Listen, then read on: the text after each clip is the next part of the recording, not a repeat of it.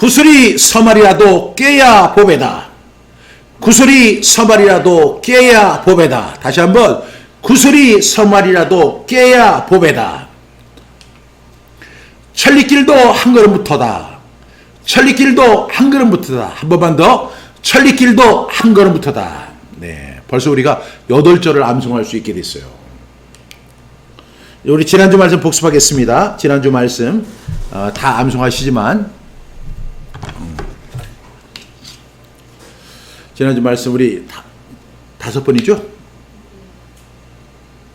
5번, 예, 3번은 천천히, 2번은 빠르게. 마가복음 1장 38절부터 39절 말씀. 이르시되 우리가 다른 가까운 마을로 가자. 거기서도 전도하리니 내가 이를 위하여 왔노라 하시고 이에 온 갈릴리에 다니시며 그들의 여러 회당에서 전도하시고 또 귀신들을 내쫓으시더라. 마가복음 1장 38절부터 39절 말씀. 아멘 아멘. 마가복음 1장 38절부터 39절 말씀. 이르시되 우리가 다른 가까운 마을들로 가자. 거기서도 전도하리니 내가 이를 위하여 왔노라 하시고 이에 온 갈릴리에 다니시며 그들의 여러 회당에서 전도하시고 또 귀신들을 내쫓으시더라. 마가복음 1장 38절부터 39절 말씀. 아멘 아멘. 암송하시는 분들은 눈을 감고 하셔도 돼요. 그리고 그 박수나 그 스틱을 준비해서 이렇게 리듬으로 한번 치면서 하면 좋습니다. 마가복음 1장 38절부터 39절 말씀. 이르시되 우리가 다른 가까운 마을들로 가자. 거기서도 전도하리니 내가 이를 위하여 왔노라 하시고 이에 온 갈릴리에 다니시며 그들의 여러 회당에서 전도하시고 또 귀신들을 내쫓으시더라. 마가복음 1장 38절부터 39절 말씀. 아멘 아멘. 좀 빠르게 하겠습니다. 마가복음 1장 38절부터 39절 말씀. 이르시되 우리가 다른 가까운 마을들로 가 거기서도 전도하리니 내가 이를 위하여 왔노라 하시고 이에 온 갈릴리에 다니시며 그들의 여러 회당에서 전도하시고 또 귀신들을 내쫓으시더라. 마가복음 1장 38절부터 39절 말씀. 아멘 아멘. 마가복음 1장 38절부터 39절 말씀.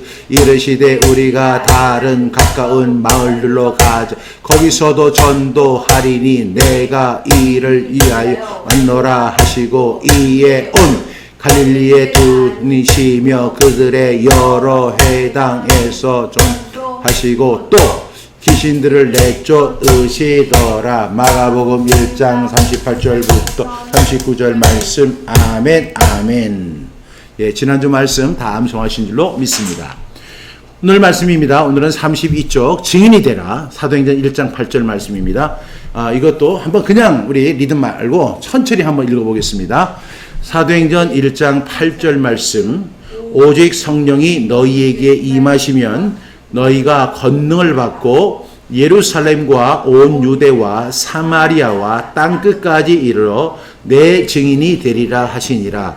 사도행전 1장 8절 말씀. 아멘 아멘. 우리 한번 리듬으로 해보겠습니다. 리듬으로. 사도행전 1장 8절 말씀. 오직 성령이 너희에게 임하신 너희가 권능을 받고 예루살렘과 온 유대와 사마리아와 땅끝까지 이르러 내 증인이 되리라 하시니라. 사도행전 1장 8절 말씀. 아멘 아멘. 사도행전 1장 8절 말씀. 오직 성령이 너희에게 임하시며 너희가 권능을 받고 예루살렘과 온 유대와 사마리아와 땅끝까지 이르러 내 증인이 되리라 하시니라. 사도행전 1장 8절 말씀. 아멘 아멘. 사도행전 1장 8절 말씀. 오직 성령이 너희에게 임하시면 너희가 권능을 받고 예루살렘과 온 유대와 사마리아와 땅까지 이르러 내 증인이 되리라 하시니라. 사도행전 1장 8절 말씀. 아멘 아멘. 다시 한번 좀 빠르게, 약간 빠르게. 사도행전 1장 8절 말씀. 오직 성령이 너희에게 임하신 너희가 권능을 받고 예루살렘과 온 유대와 사마리아와 땅끝까지 이르러 내 증인이 되리라 하시니라. 사도행전 1장 8절 말씀. 아멘 아멘. 사도행전 1장 8절 말씀. 오직 성령이 너희에게 임하시면 너희가 권능을 받고 예루살렘과 온 유대와 사마리아와 땅끝까지 이르러 내 증인이 되리라 하시니라. 사도행전 1장 8절 말씀. 아멘 아멘.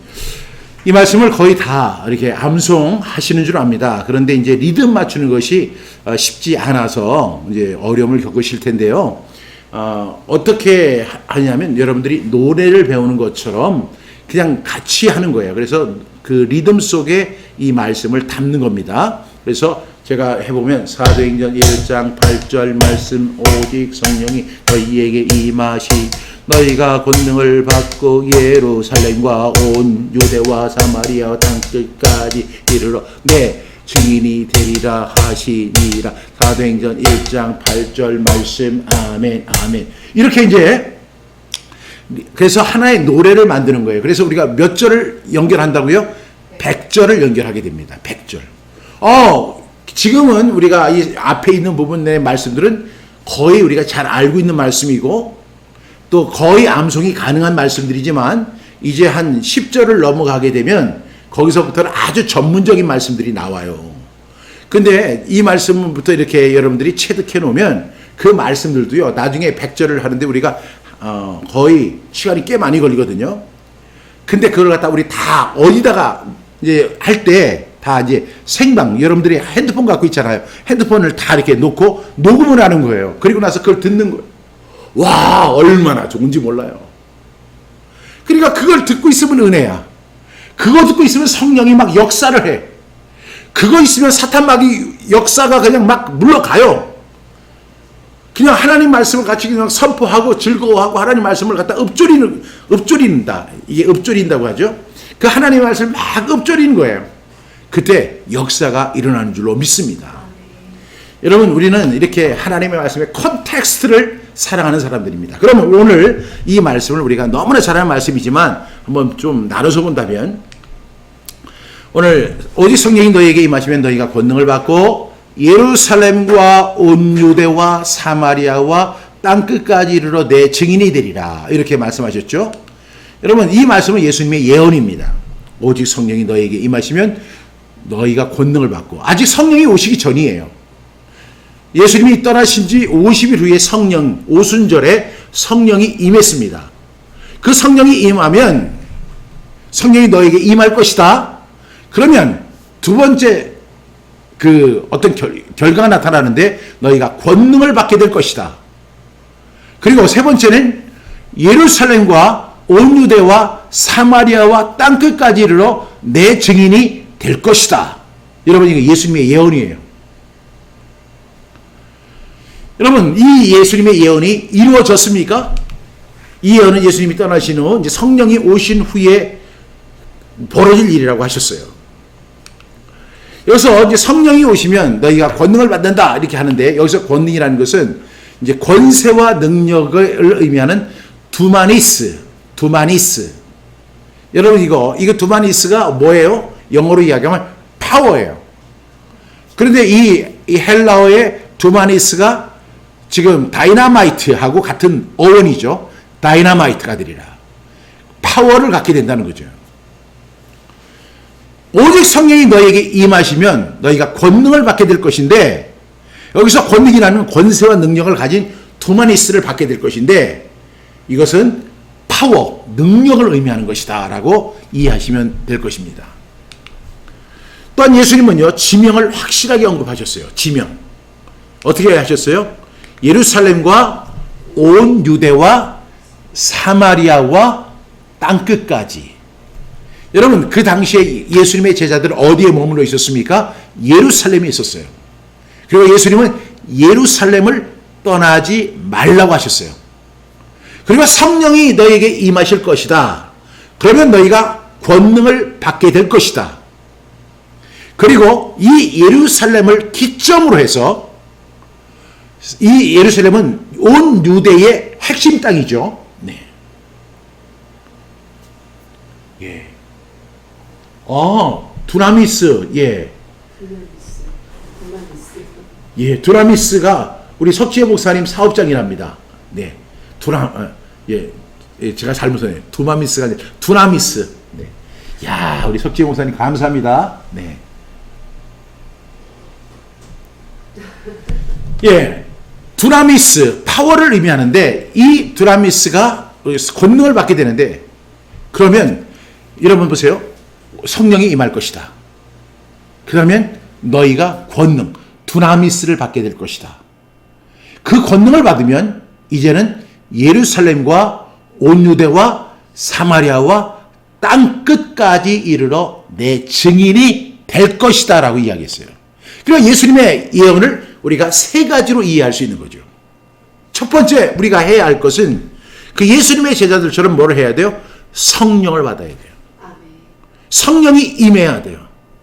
우리가 복음 전도자로서의 역할은 우리가 암송도 많이 하고 기도도 많이 하고 우리가 능력도 갖춰야 되지만 그 전에 우리가 가장 선행해야 할 것이 있다면 뭐죠? 우리가 성령을 받아야 돼요. 여러분, 이 성령, 근데 이 성령이 어떤 성격의 성령이냐면 보혜사 성령, 보혜사적 성격을 가진 성령이에요. 그러니까 예수님이 너희에게 내가 성령을 보낼 것이다. 그가 오면 내가 너희에게 한 말을 생각나게 하고 깨닫게 할 것이다 라고 예수님이 말씀하셨어요. 그러니까 이 성령이라는 것이 물론 성령이 임했을 때 그들이 방언을 하고 예언을 하고 병 고침의 역사를 갖다가 막 나타내는 그런 두마니스의 능력도 나타났지만 성령의 궁극적인 역할은 뭐냐면 예수님이 하신 말씀을 기억나게 하고 생각나게 하고 그리고 우리가 어디에 가서 전도를 할 때 나는 아무 말도 준비 안 했는데 성령이 내 속에서 그 말을 하게 해서 내가 복음을 전할 수 있는 전도자의 역할을 감당하게 해주는 것이 성령의 역할입니다. 그래서 성령이 너에게 임하실 것이다. 그 다음에 너희가 권능을 받게 될 것이다. 그 능력을 받게 돼. 두나미스를 받게 될 것이다. 그러면 이제 그 다음에 이제 성령이 왔죠. 그 다음에 우리가 권능을 받았죠. 그 다음에 우리가 해야 할 일이 있어요. 그것은 뭐냐면 예루살렘을 기점으로 온 유대, 그 당시에 유대가 있고 가운데 예루살렘이 있잖아요. 예루살렘을 기점으로 유대, 그리고 그들이 가기 싫어했던 사마리아, 거기를 거쳐서 땅 끝까지 가서 예수님의 증인이 될 것이다 라고 이야기하신 거예요. 여러분, 이것은 굉장히 예수님의 구체적인 예언인데요. 예수님은 이렇게 성령이 임한 후에 일어날 일에 대해서 말씀해 주셨어요. 다시 한번 읽어보면 오직 성령이 너희에게 임하시면 너희가 권능을 받고 예루살렘, 예, 오늘도 시면보시가 꼭 들어오네요. 유대와 사마리아와 땅끝까지 이르러 증인이 될 것이다. 자동적으로 증인이 될 것이다. 이렇게 말씀하셨어요. 왜? 그것을 목격했으니까. 그럼 오늘 우리 질문 한번 해보겠습니다. 예수님은 성령이 임하시면 권능을 받은 후에 어떻게 될 것이라고 말씀하셨죠? 오직 성령이 너에게 임하시면 너희가 권능을 받고 그 다음에 뭐가 된다고 했죠? 예루살렘과 온 유대와 사마리아. 여기까지는 이해가 되는데 그 당시에 있는 예수님의 제자들은 거기까지는 이해가 돼요. 근데 땅 끝까지 이르러 내 증인이 된다. 여러분, 제가요 참 여러 나라를 이렇게 방문해 봤는데 제가 이렇게 간다고 하면 그곳에서 꼭 만나는 분들이 있어요. 그분들이 누구냐면 바로 선교사님들이에요. 그래서 제가 뭐 선교사님을 만나기 위해서 어떤 지역에 간 게 아닌데 가보면 선교사님들이 있어요. 꼭 한국 선교사님들이. 그래서 그분들과 함께 교제도 하고 또 그분들이 안내도 해주고 이렇게 합니다. 근데 여러분, 제가 그 선교사님들한테 이런 질문을 해요. 아니, 선교사님은 어떻게 여기에 오시게 됐어요? 이렇게 제가 물어봐요. 그랬더니 주님께서 자신에게 소명을 주셨다는 거예요. 이 땅을 위해서 기도하게 하시고 이 기도하는 가운데 네가 그 현지로 가서 그들에게 복음을 전하고 그들을 위해서 기도하고 그들과 함께 교회를 세우고 그들에게 하나님의 말씀을 증거해줘라 하는 소명을 받았다는 거예요. 아, 그러시구나. 또 제가 다른 지역에 갔어요. 근데 또 보니까 거기서 또 선교사님을 또 만나요. 다른 선교사님이죠. 아, 제가 또 물어봐요. 선교사님 어떻게 이 먼 나라까지 오시게 됐습니까? 주님께서 저를 이 나라를 위해서, 이 민족을 위해서 기도하게 하시더라고요. 어떤 계기가 있었습니까? 그들이 세계 선교 원력이라고 하는 게 이제 달력이라는 게 있는데 거기서 보니까 각 선교지들이 있잖아요. 그걸 보고 주님, 저들에게도 복음을 전하는 사람이 되게 해주세요 하고 하는데 탄자니아라고 하는 나라가 있다는 거예요. 그 탄자니아라는 나라에 복음을 전하라고. 그래서 그 나라를 위해서 기도하기 시작했고 그 나라를 위해서 공부를 하게 됐고 그 나라를 위해서 선교 준비를 하고 그 나라로 가게 됐다. 이 이야기입니다.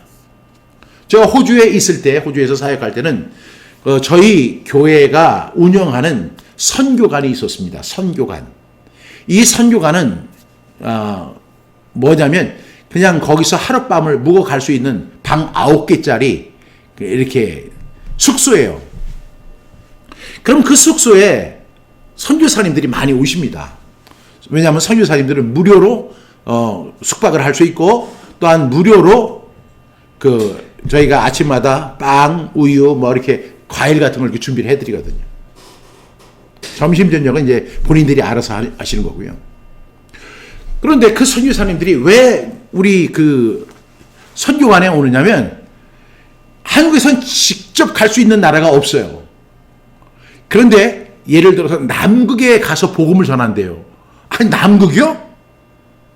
그럼 남극에 어떻게 가야 됩니까? 그랬더니 일단 호주에서 비자를 신청해 가지고 그 나라로 가야 된다는 거예요.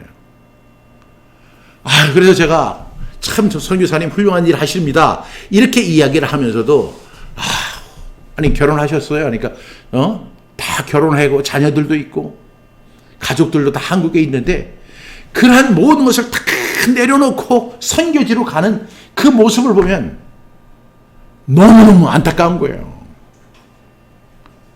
근데 왜 이런 일이 벌어질까요? 지금 우리 그 선교관을 다녀간 선교사님들이 보통 많은 게 아니에요. 그 사람들은 우리 선교관에 와서 참 오랫동안 이렇게 준비도 하고 묵기도 하고 대화도 하고 예배에 참석하기도 하면서 이렇게 어느 정도 기간이 있으면 이제 그 선교지로 갑니다. 그때까지 제가 숙소를 제공하는 거죠. 그런데 그 사람들이 왜 저 젊은 사람이 그리고 저 아리따운 처녀가 왜 거기를 가려고 할까? 한국 안에서도 얼마든지 사역할 곳이 많지 않을까? 저는 이런 것이 늘 의문이었어요.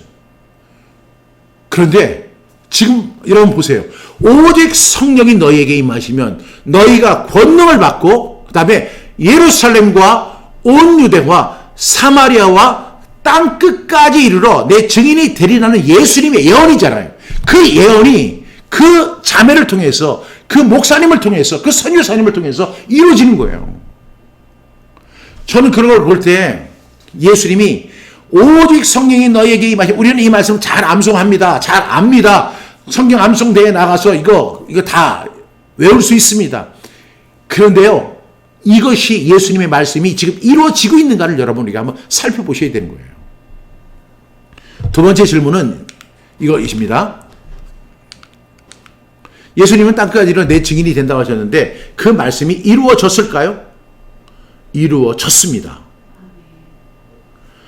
여러분, 지금으로부터 2000년에 그 예수님의 제자들은 대부분이 그 팔레스타인이라고 하는 그 지역을 벗어난 적이 없는 사람들이에요. 여러분, 제가 얼마 전에 이렇게 외국에 호주에 제가 다녀왔는데, 저 호주에 가는하고 죽는 줄 알았어요. 또 돌아올 때 돌아와서도 힘들어서 죽는 줄 알았어요. 뭘 타고 갔는데요? 제가 배 타고 간 거 아니에요. 차 타고 간 거 아닙니다. 뭘 타고 갔냐면 세계에서 제일 좋다고 하는 싱가포르 에어라인을 타고 간 거예요. 싱가포르 에어라인.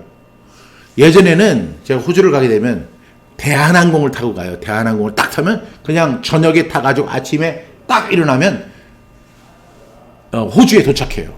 그런데 코로나19로 인해 가지고 대한항공이 운행을 없애버렸어요. 그래서 그 호주를 가려면 어떻게 가야 되냐면 빙빙 돌아서 가야 돼요. 그리고 항공료는 무려 2배에서 3배가 비싸졌어요. 어떻게 가야 되느냐? 무조건 싱가포르 항공 타고 싱가포르 창의공항에 도착해야 돼요. 거기서 10시간을 대기해요. 10시간을. 가는 것도 힘든데 공항에서 10시간을 대기하는 거예요. 한 2시간은 뭐 성경 암송도 하고 스마트폰도 보고. 와, 그런데 이제 한 3시간이 되면 온 몸이 막 쑤시기 시작하는 거예요. 옆에 있는 사람은 더 하죠. 거기는 쇼핑센터도 많고 뭐 볼 것도 굉장히 많아요. 그런데 그런 것도 보는 것도 한두 시간이지 7시간, 8시간 그거 보고 있으면 사람이 쓰러져 죽는 것 같아요.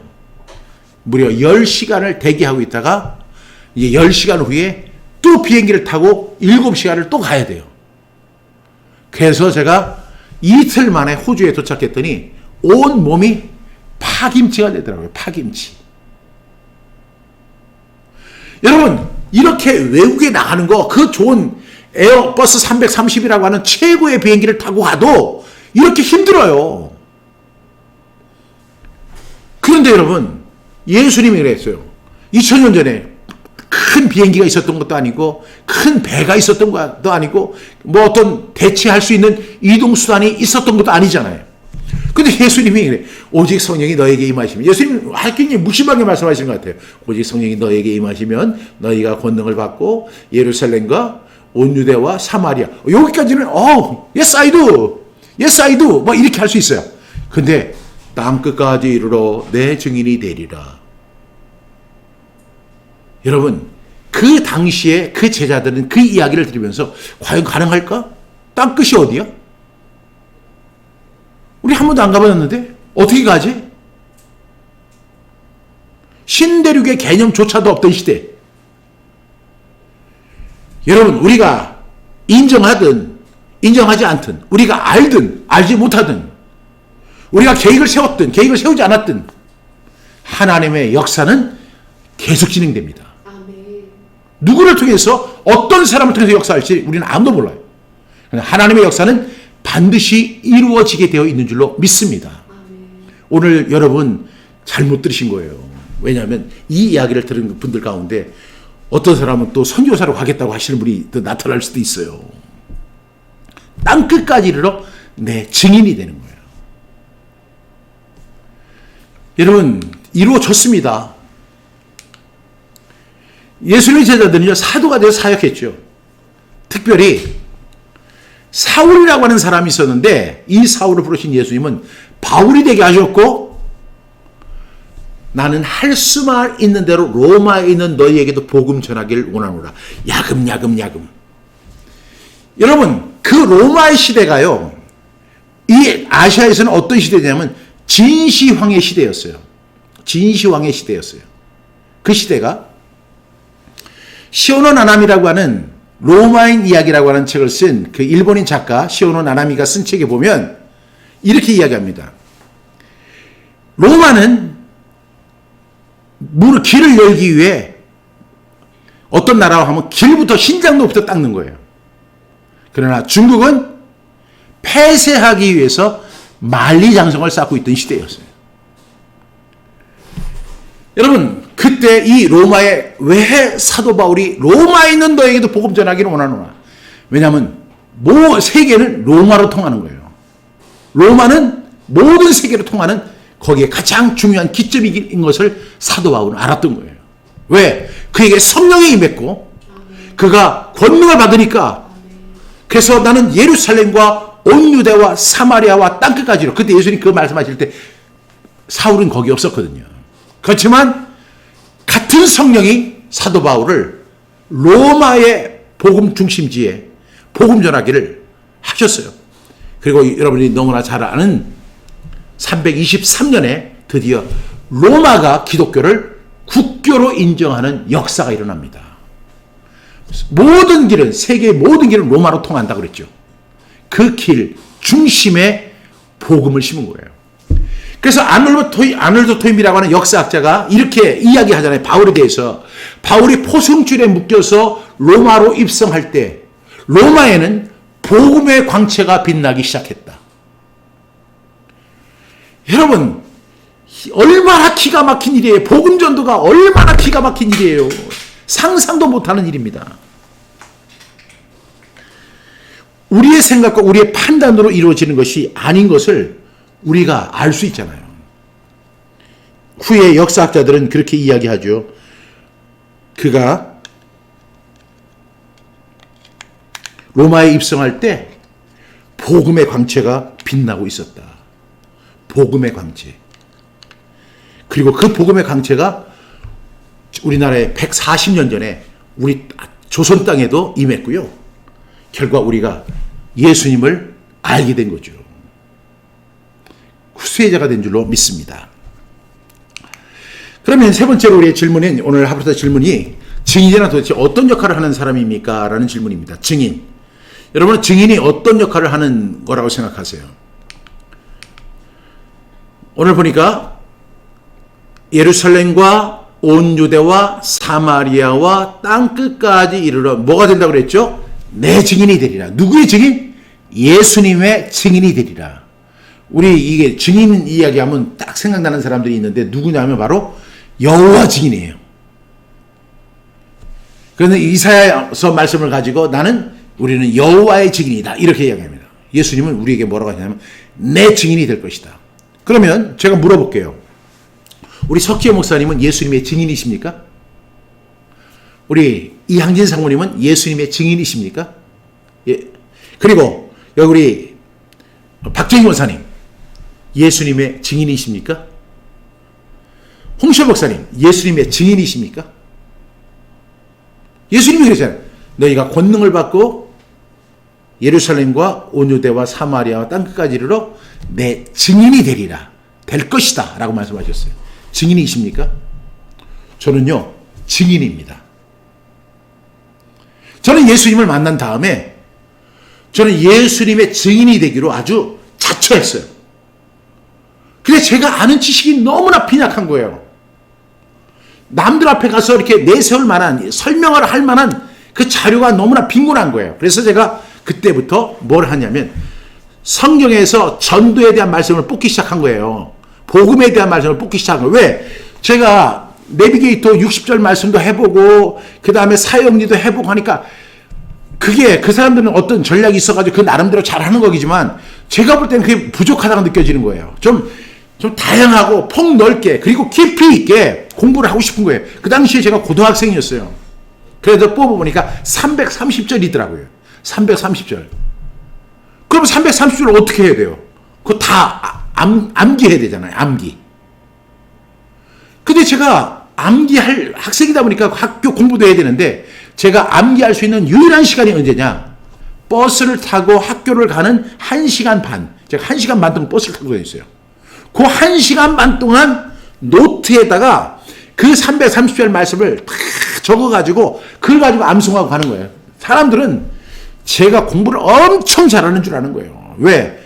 꼭 공부 못하는 사람들이 그 버스에서 이렇게 그 노트북 다니잖아요. 그러면서 사람들이 와서 물어봐요. 어떤 여학생이 뭘 이렇게 열심히 공부해? 뭐 이렇게 물어봐요. 영어야? 이렇게 얘기해요. 왜냐하면 지금 아직 나 준비가 덜 됐으니까 지금 얘기할 단계가 아니야. 나는 실력을 더 쌓아야 돼. 이 말씀 암송해야 돼. 그래서 계속해서 오직 성령이 너희에게 임하시면 너희가 권능을 받고 예루살렘과 온유대와 사마리아 땅 끝까지로 내 증인이 될. 사도행전 몇 장이죠? 1장 8절 말씀 아멘 아멘 하고 다 써놓고 오직 성령이 너희에게 임하시면 너희가 권능을 받고 예루살렘과 온유대와 사마리아 땅을 그렇게 하는데 와, 제가 노트에 적었는데 노트가 40페이지짜리인데 1페이지부터 시작해가지고 그 40페이지 큼직큼직하게 써가지고 이렇게 했는데 글 쓰면서 이런 생각이 드는 거예요. 마귀가 그거 언제 다 해요? 네가 그렇게 머리가 좋아? 그 말씀 네가 어떻게 암송한다고? 그 말도 안 되는 소리 하지 마. 공부나 해. 근데 제가 그 다음날 진짜 마귀를 만났잖아요. 아니 갑자기 저희 아버지가 가방을 확 이렇게 열더니 이게 무슨 노트야 하면서 딱 보여드니까 제가 그 성경 암송 노트인데 저희 아버지가 딱 보더니 이거 뭐 하는 시야 이거 이렇게 얘기하시는 거예요. 분명히 목사님인데 그분이 그래서 제가 틈만 날 때 저희 성경 암송을 하려고 이렇게 하는 건데 그러니까 아니 내가 시키는 건 안 하고 왜 지 혼자서 이렇게 암송하려고 그래. 막 사탄이 막 역사를 하더라고요. 우리 아버지를 통해서. 야, 사탄은 우리 아버지를 통해서 역사하시는구나. 제가 그때 알았어요. 왜? 그 전날 사탄이 저에게 그랬어요. 또 성경 암송 그거 다 못해. 그 40페이지 되는 그걸 어떻게 암송한다고. 난 할 수 있어. 그랬더니 난 너 못하게 할 거야. 이렇게 얘기하는 거예요. 그래서 내가 할 거야. 그랬는데 그 다음날 제 가방을 한 번도 안 열어보는 저희 아버지가 이 사탄의 이끌림을 받아가지고 가방을 열어가지고 그 책, 그것도 다른 책도 안 보고 그 노트만 꺼내가지고 막 야단을 치는 거예요. 그들이 그 노트를 갖다가 들고 가버리시는 거예요. 야, 큰일 났다 이거. 이제 거의 다 이제 암송을 했는데. 그래서요, 이제는 내가 이전에 암송했던 것만 계속 이제 반복하는 거예요. 이제 새로운 부분은 진도가 못 나가는 거잖아요. 그래서 계속 아마 내가 제일 많이 했던 것이 사도행전 20장 24절인 것 같아요. 내가 달려갈 길과 주 예수께 받은 사명 곧 하나님의 은혜의 복음을 증언하는 일을 마치려. 그때는 이제 증거예요. 증거하는 일을 마치려 하면 나의 생명을 조금 더 귀한 것으로 여기지 아니하도록. 사도행전 20장 24절 말씀 환난과 핍박이 나를 기다린다 하시나 오직 성령이 너에게 임하시면 너희가 권능을 받고 예루살렘과 온 환난과 핍박이 나를 기다린다 하시나. 계속 근데 그게요 제가 암기 단계에서 암송으로 들어가는 기회가 된 거예요. 그래서 이제 제가 담대하게 방에 딱 아버지 방에 들어가서 노트 주세요 딱 하려고 했는데 그냥 하고 주무시는 거예요. 그래가지고 당당하게 그 노트를 딱 들고 와가지고 다시 가방에 넣고 학교 가는 1시간 반, 오는 1시간 반 동안 성경 암송을 하는 거예요. 근데 그때 제가 지금도 기억하는 느낌이 하나 있는데요. 그 느낌이 뭐냐면 기쁨이에요. 제가 그 당시에 참 개척교회 목사로서 너무너무 가난하고 먹을 것도 제대로 먹지 못하고 지금은 이렇게 통통하지만 그때는 삐샥 마른 실치 같았어요. 실치. 제가 여러분들이 상상이 안 될 거예요. 지금은 뚱치 같지만 그 당시에는 실치 같았다고. 실치. 하도 못 먹어가지고. 그러니까 이 세상에 어떤 걸 보면 기쁨이 하나도 없는데 암송할 때 기쁨이 막 넘치는 거예요. 왜? 내가 이거 다 암송하면 나는 나가서 전도할 거야. 나는 예수님의 증인이 될 거야. 제가 그렇게 암송을 했다니까요. 그래서 만든 책이 지금 여러분들이 들고 있는 이 하브를 다 톡톡 전도인 거예요. 거기서 30절 여러분이 너무너무 힘들다고 해서 30절을 뺐어요. 그런데 그 300절 암송 못한다고요? 그러면 여러분들이 전도하기 어려운 거죠. 여러분 예수님이 증인이 되리라고 했는데 증인은 말하는 사람이 증인이에요. 내가 목격한 사건을 말하는 거죠. 내 귀, 내 눈, 내가 있던 현장에 있었던 그 사건을 말하는 거예요. 자신의 평을 말하는 것이 아니에요. 여러분 증인이 왜 어렵지 않냐면 내가 뭔가 말을 만들어서 저 사람을 갖다가 마음의 문을 열게 하고 그런 것이 아니에요. 그냥 내가 내 눈으로 본 거, 내 귀로 들은 거, 내가 체험했던 것을 그냥 진술하기만 하면 되는 거예요. 진술하기만 하면 돼요. 많은 사람들이 미사여구 그 다음에 총동원 전도주일이라고 해서 밥통도 갖다 주고 뭐 선물도 갖다 주고 그것도 도움이 될 수 있지만 여러분 그냥 이렇게 하시면 돼요. 증인은 힘이 있어요. 자신의 자신의 그 어떤 생각을 이야기하는 게 아니라 내가 눈으로 보고 귀로 듣고 내가 그 체험했던 일을 그냥 말하기만 하면 되는 거예요. 여러분 저는요 내 증인이 되리라 이 말씀을 어떻게 받아들이냐면 예수님이 내 증인이 되리라 이렇게 말씀하셨잖아요. 내 증인이 뭐냐? 예수님의 증인이에요. 그럼 예수님의 증인이란 뭐냐? 내가 체험한 예수님, 내가 눈으로 본 예수님, 내가 귀로 들은 예수님을 그냥 설명만 하면 되는 거예요. 그 다음에는 누가 역사하냐면 성령이 역사하시는 거예요. 여러분 우리 이 형사소송법에 증인이 있어요. 그러면 형사할 때 꼭 선서를 하는데 이렇게 선서합니다.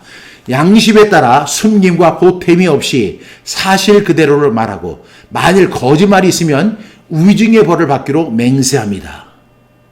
이렇게 얘기해요. 형사소송법에 가가지고 한번 이렇게 종이를 한 장 주거든요. 그 종이에 이렇게 써 있어요. 양심에 따라 숨김과 보탬이 없이 사실 그대로를 말하고 만일 거짓말이 있으면 위증의 벌을 받기로 맹세합니다. 이게 증인이에요. 숨김이 있으면 돼요, 안 돼요? 없어요. 안 돼요. 보탬이 있으면 돼요, 안 돼요? 근데 이거는 형사소송법이고 민사소송법에는 이렇게 돼 있어요. 양심에 따라 숨기거나 보태지 아니하고 숨기는 것도 없고 보태는 것도 없어야 돼요. 여러분 자꾸만 뭔가를 보태요. 그래서 안 되는 거예요.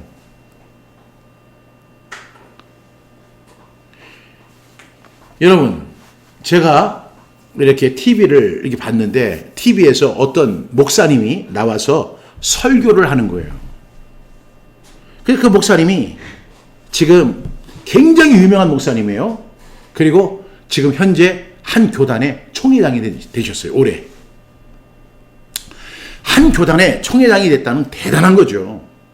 왜냐하면 제 친구들 다 총회장을 했는데 저는 총회장 못했거든요. 제가 교회 섬겼으면 아마 저도 총회장 후보에 한번 올랐을 것 같아요. 어떤 분들이 저한테 그렇게 얘기를 해요. 아유, 박 목사님 왜 교회 사역 안 하십니까? 이렇게 얘기를 해요. 저는 할아버지 때부터 우리 아버지 형제들도 다 교회를 섬기는 분들이고 뭐 저희 지금 사촌이나 형제들도 이렇게 교회를 섬기는 사람들이기 때문에 저 교회 목회하는 거 되게 편해요. 뭐 제가 뭐 능력이 아주 출중하지 않기 때문에 뭐 수만 명, 수십만 명 그런 교회 목회자는 제가 못 되는 나는 내 그릇이 좀 작다는 걸 제가 알아요.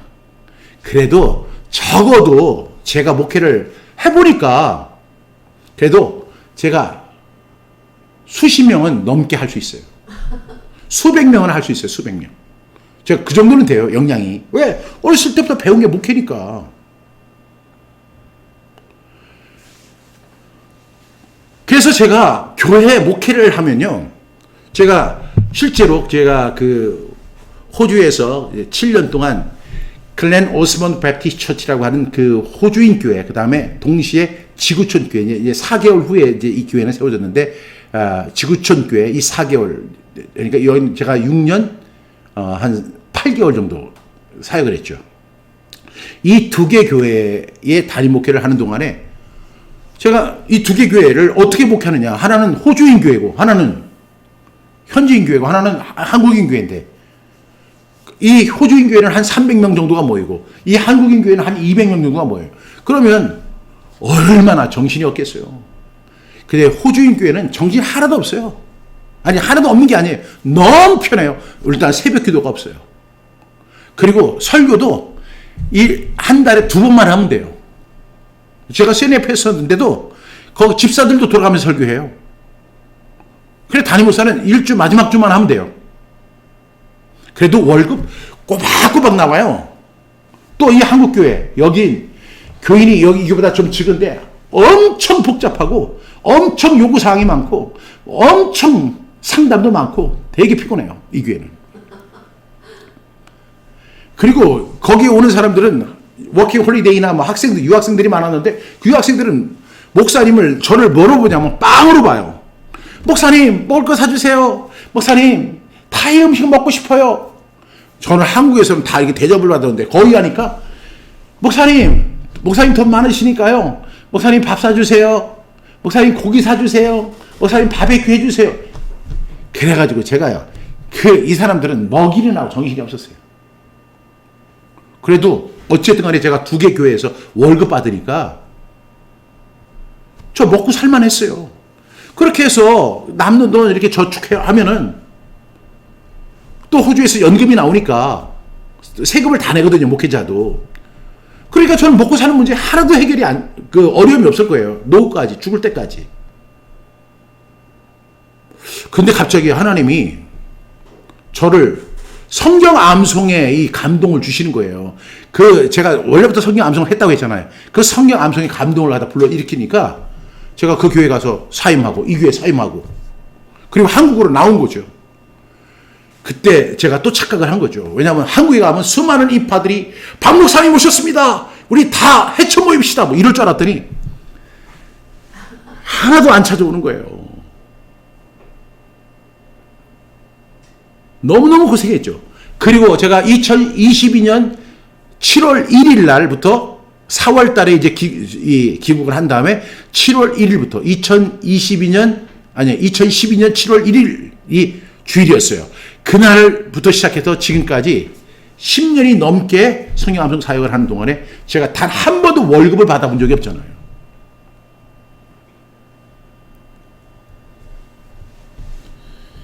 제가 그렇게 살아왔어요. 근데 하나님께서 지금까지 인도해 주셨고 지금까지 돕는 손길을 허락하셔서 이 사역을 감당할 수 있게 하는 거예요. 제가 교회 사역 저보다 잘하는 사람들이 엄청 많잖아요. 근데 제가 다시 이제 원점으로 돌아가서 그 목사님의 설교를 들었어요. 근데 그 목사님이 이런 설교를 하는 거예요. 내가 성전에 올라갈 때 내 마음이 기뻤도다 하는 내용을 가지고 설교를 하는데, 여러분, 성전에 올라갈 때 마음이 기쁘다는 것은 무엇을 의미합니까? 그것은 바로 우리의 눈이 항상 성전을 바라보아야 한다는 것입니다. 성전이 지금 뭐예요? 교회입니다. 그러니까 여러분 교회로 모이세요. 여러분의 자녀들 토요일마다 이렇게 새벽기도 하는데 여러분의 자녀들이 교회 오는 걸 되게 좋아하잖아요. 그것이 하나님이 주신 마음이에요. 그런데 그것을 못하게 하는 부모들이 있죠. 그 사람들이 사탄이에요. 그 아이들은 성전을 향해 가고 싶은데 부모가 그것을 막아요. 이렇게 설교해요. 이렇게 부드럽게. 그 부모들을 좀 더 또 공부해야지. 그러면서 이 아이들이 성전을 향하는 마음을 차단해버려요. 여러분, 성전은 교회입니다. 교회를 사랑해야 합니다. 더욱 열심히 모여야 합니다. 그리고 새벽부터 저녁까지 함께하는 시간이 있어야 됩니다. 성전에 머무는 시간은 행복의 시간입니다. 믿으시면 아멘 하세요. 이렇게 얘기해요. 그러니까 사람들이 아멘, 아멘해. 제가 그 성경 말씀을 찾아보고 화가 나는 거예요. 그 말씀이 그 말씀이에요? 이거는 보탠 거예요.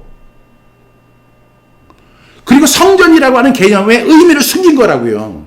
성전이 뭡니까? 너희가 하나님께로 받은 성령의 전인 줄을 알지 못하느냐. 예수님께서 십자가에서 테텔라이스테이를 하고 돌아가셨을 때 성전의 휘장이 위로부터 아래까지 찢어졌습니다. 이제는 성전 중심의 신앙이 아닌 거예요. 그런데 사람들을 교회로 유치하고 교회에 머물게 하고 어떻게든 교회에 그 사람들이 머물러야만 교회가 성장하고 유지가 되니까 그렇게 숨기거나 보태면서 그렇게 얘기하면 우중의 벌을 받게 될 줄로 믿습니다. 그거 설교 아니에요. 그건 달콤한 거짓말이에요. 여기 보니까 만일 거짓말을 하면 우중의 벌을 받기로 맹세합니다. 그분은 하나님 앞에 가서, 여기서는 인기 있는 목사님이죠. 총회장도 하고 계시니까. 그러면서 이제 그 주일날 설교를 하는데, 토요일날 이제 전교인 새벽 기도가 있는데, 아이들이 그냥 일찍부터 나와가지고 하는 그 모습. 아니, 그 제도를 나쁘다고 하는 게 아니에요. 근데 그 다음 주일날 그렇게 하면서 그 아이들을 보내지 않은 부모들을 책망하는 거예요. 간접 책망을 하는 거예요. 이것이 마치 하나님의 말씀인 것처럼. 그것이 성전을 즐거워하고 기뻐하는 마음이라고 이야기하는 거죠. 뭐 신학적으로 이야기한다면 끝도 없습니다만은, 여러분, 우리가 하나님의 말씀을 어떻게 해요? 숨기거나 보태지 말아야 돼요. 그냥 내가 보고 듣고 목격한 일을 숨기거나 보태지 않고 그대로 이야기하는 거예요. 이것이 증인입니다. 여러분, 왜 제가 이 말씀을 드리냐면, 우리가 갈라디아서 지금 강의를 하고 있는데, 그 복음, 그 순수한 복음을 훼손시키는 사람들이 있어요. 사도 바울은 자기가 그 그리스도 예수를 믿는 믿음으로 의롭다함을 얻는다, 이렇게 얘기를 하는데, 거짓 선지자들이 들어와가지고 뭐라고 하냐면, 그거 아니다. 구원은 그거로 받지만 모세 율법 할례를 받아야 구원받는다, 이렇게 얘기를 하면서 보태는 거예요. 그러니까 이것을 가리켜서 그래요. 하늘에서 내려온 천사라도 이 가짜 복음을 전하면 저주를 받을지어다라고 사도 바울이 강하게 이야기하는 장면이 나오지 않습니까? 여러분, 우리 증인은 뭐냐면 숨기거나 보태지 아니해야 돼요.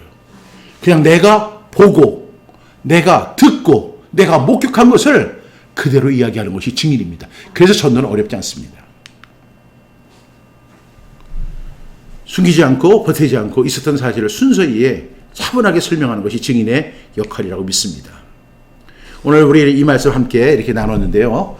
우리 이 시간에는 우리가 이제 100절 연속으로 암송하는 시간이 되겠습니다. 그래서 이제 호흡을 정리하시고 이제 구호를 외치고, 우리가 오늘 8번까지 했잖아요. 그래 8번 1, 2, 3, 4, 5, 6, 7, 8절까지 우리가 연속으로 리듬으로 암송하고 마치도록 하겠습니다. 우리 한번 구호 한번 외치겠습니다. 구슬이 서말이라도 깨야 보배다. 구슬이 서말이라도 깨야 보배다. 시작. 천리길도 한 걸음부터다. 천리길도 한 걸음부터다. 우리가 벌써 8절 암송했어요. 이제 우리 해보겠습니다. 준비되셨습니까? 속도를 빨리 하지 않겠습니다. 마태복음 28장 18절부터 20절 말씀. 예수께서 나와 말씀하여 이르시되 하늘과 땅의 모든 권세를 내게 주셨으니 그러므로 너희는 가서 모든 민족을 제자로 삼아 아버지와 아들과 성령의 이름으로 세례를 베풀고 내가 너희에게 분부한 모든 것을 가르쳐 지키게 하라. 볼지어다 내가 세상 끝날까지 너희와 항상 함께 있으리라 하시니라. 마태복음 28장 18절부터 20절 말씀. 아멘 아멘. 마가복음 16장 15절부터 16절 말씀. 또 이르시되 너희는 온 천하에 다니며 만민에게 복음을 전파하라. 믿고 세례를 받는 사람은 구원을 얻을 것이요 믿지 않는 사람은 정죄를 받으리라. 마가복음 16장 15절부터 16절 말씀. 아멘 아멘. 마가복음 1장 38절부터 39절 말씀. 이르시되 우리가 다른 가까운 마을들로 가자. 거기서도 전도하리니 내가 이를 위하여 왔노라 하시고 위에 온 갈릴리에 다니시며 그들의 여러 회당에서 전도하시고 또 귀신들을 내쫓으시더라. 마가복음 1장 38절부터 39절 말씀. 아멘 아멘. 사도행전 1장 8절 말씀. 오직 성령이 너희에게 임하시면 너희가 권능을 받고 예루살렘과 온 유대와 사마리아와 땅끝까지 이르러 내 증인이 되리라 하시니라. 사도행전 1장 8절 말씀. 아멘 아멘. 예, 우리 이렇게 해서 오늘 총 8절 말씀을 암송했습니다. 여러분들 리듬으로 이렇게 암송하시기 바랍니다. 리듬으로 암송을 하셔서 우리가 언젠가는 이제 다 모이게 될 거죠. 이제 모여서 같이 이제 녹음도 하고 또 개인적으로 이제 참석 못 하시는 분들은 이제 다 이제 리듬을 녹음해서 이제 보내달라고 합니다. 여러분들이 리듬으로 암송하면 이 100절의 말씀을 완벽하게 암송할 수 있습니다. 그리고 중요한 것은 앞에 장절이 꼭 들어가잖아요. 사도행전 1장 8절 말씀. 오직 성령이 너희에게 임하시며 너희가 권능을 받고 예루살렘과 온 유대와 사마리아 땅끝까지 이르러 내 증인이 되리라. 사도행전 1장 8절 말씀. 아멘 아멘. 그래서 앞에 장절 넣고 뒤에 장절 이렇게 꼭 넣으셔야 됩니다. 왜냐하면 장절 넣는 게 그렇게 힘들어요. 그렇지만 우리는 이 복음 전도자이기 때문에 장절에 대해서 잘 알아야만 우리가 성경을 사용할 때도 더 효과적입니다. 여러분들이 꼭 장절 이렇게 암송할 수 있기를 바라겠습니다. 이번 한 주 여러분 그 8절 말씀까지를 여러분들이 계속 반복하셔서 완벽하게 암송할 수 있길 바랍니다. 다음 말씀은 또 말씀이 이제 길어지는 말씀이 있습니다. 그러니까 여러분들이 이 100절을 이제 완전히 스토리 우리가 암송할 수 있도록 여러분들이 노력해 주실 수 있기를 부탁드리겠습니다. 오늘도 함께한 한 분 한 분에게 하나님의 크신 은혜와 축복이 함께하기를 바라고요. 이제 11월이 됐습니다. 이제 2023년 얼마 남지 않았잖아요. 여러분 건강하시고 잘 정리하시고 하나님의 말씀 더 사랑하시고 2023년은 정말 어려운 해가 되지만 그럼에도 불구하고 우리가 하나님의 말씀으로 승리하는 저와 여러분 다 되기를 바랍니다. 그럼 우리 잠시 기도하고 마치겠습니다. 하나님, 주의 말씀은 꿀송이보다 답니다 라고 고백할 수 있는 우리 모두가 되게 해 주시옵소서.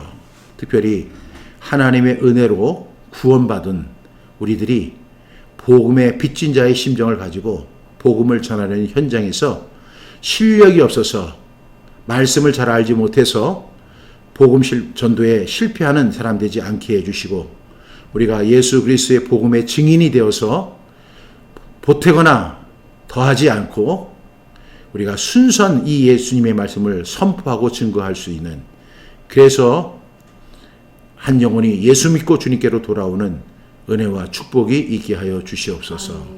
오늘도 여러 가지로 분주한 가운데 또 하나님 말씀을 사모하는 마음으로 함께한 한 분 한 분을 축복합니다. 하나님 복 주시옵소서. 은혜 주시옵소서. 평강 주시옵소서. 문제 해결을 허락하여 주시옵소서. 고민이 해결되는 은혜가 있게 해 주시옵소서. 질병이 떠나가는 은혜가 있게 해 주시옵소서. 예수 그리스도의 이름으로 감사하며 축복하며 기도합니다. 아멘. 다음 주 수요일 10시에 다시 뵙겠습니다. 감사합니다.